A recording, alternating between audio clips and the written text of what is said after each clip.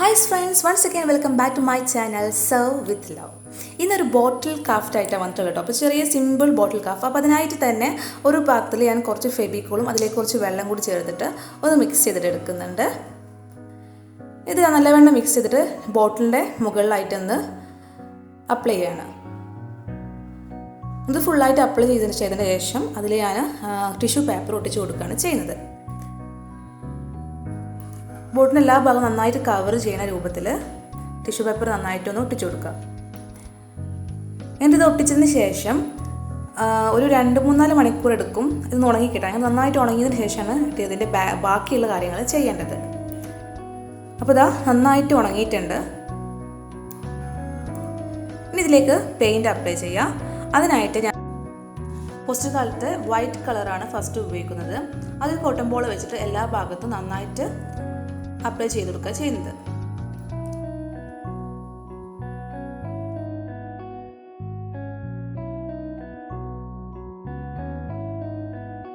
ആ പെയിൻറ് നല്ലവണ്ണം ഉണങ്ങിയതിന് ശേഷം അതിനുശേഷം ഒരു ബ്ലൂ കളറാണ് ഇതിൻ്റെ താഴെ ഭാഗത്ത് അപ്ലൈ ചെയ്യുന്നത്.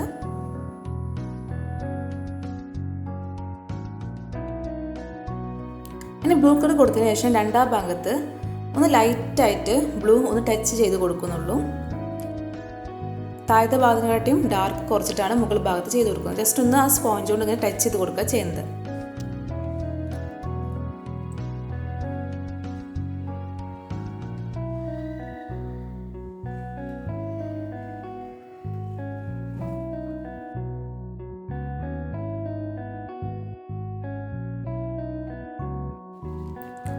അങ്ങനെ അതിന് ശേഷം ഇതിന് നേരെ മുകളിലായിട്ട് വൈറ്റ് കളർ ചേർത്ത് കൊടുക്കുക ചെയ്യുന്നത്. ഇങ്ങോട്ട് ബ്രഷ് വെച്ചിട്ട് താഴേന്ന് മുകളിലേക്ക് വലിച്ചു കൊടുക്കുകയാണ് ചെയ്യുന്നത്.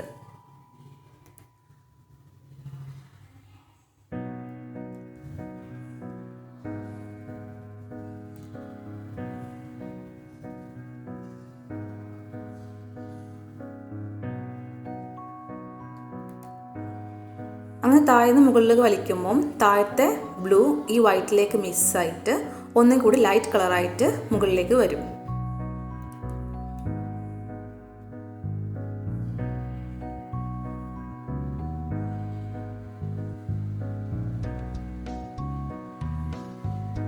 അപ്പോൾ ഇതാ പെയിൻറ്റിങ് കഴിഞ്ഞിട്ടുണ്ട്. ഇനി നമുക്ക് ഇതുപോലത്തെ കവർ എടുത്തിട്ട് ഒന്ന് ട്രയാങ്കിൾ രീതിയിൽ ഒന്ന് കട്ട് ചെയ്തിട്ട് എടുക്കാം. ലാബുള്ള ഭാഗം ഒഴിവാക്കിയിട്ട് ബാക്കിയുള്ള ഭാഗമായിട്ട് എടുക്കുന്നത്.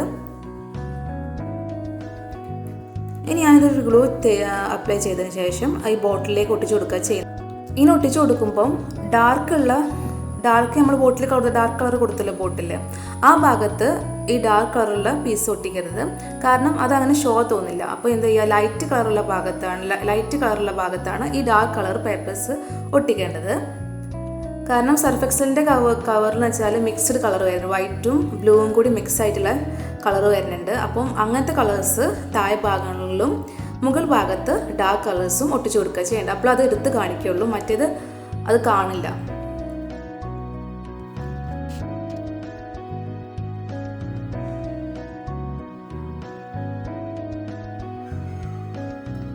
ഫസ്റ്റ് ഞാൻ ഫെവിക്കോൾ ഉപയോഗിച്ച് ഒട്ടിച്ചു, പക്ഷെ അതധികം ഒട്ടിയില്ല. പിന്നെ ഞാൻ ഗ്ലൂ ഗണ്ണ് ഉപയോഗിച്ചിട്ടാണ് ഓരോ പീസ് ഒട്ടിച്ചെടുത്തത്. അപ്പോൾ ഇതാ ഈ പണി കഴിഞ്ഞിട്ടുണ്ട്. ഇനി ഇതിൻ്റെ ബോർഡറിലായിട്ട് ബീഡ്സ് ഒട്ടിക്കുക കേട്ടോ. എല്ലാ ഭാഗവും ഒട്ടിക്കുന്നില്ല, ഇടവിട്ട് ഓരോ ഭാഗങ്ങളിലാണ് ഒട്ടിച്ചു കൊടുക്കുന്നത്. ഇത് വേണ്ടി ഗ്ലൂ ഗണ്ണിൻ്റെ ഗമ്മാണ് യൂസ് ചെയ്തിട്ടുള്ളത്.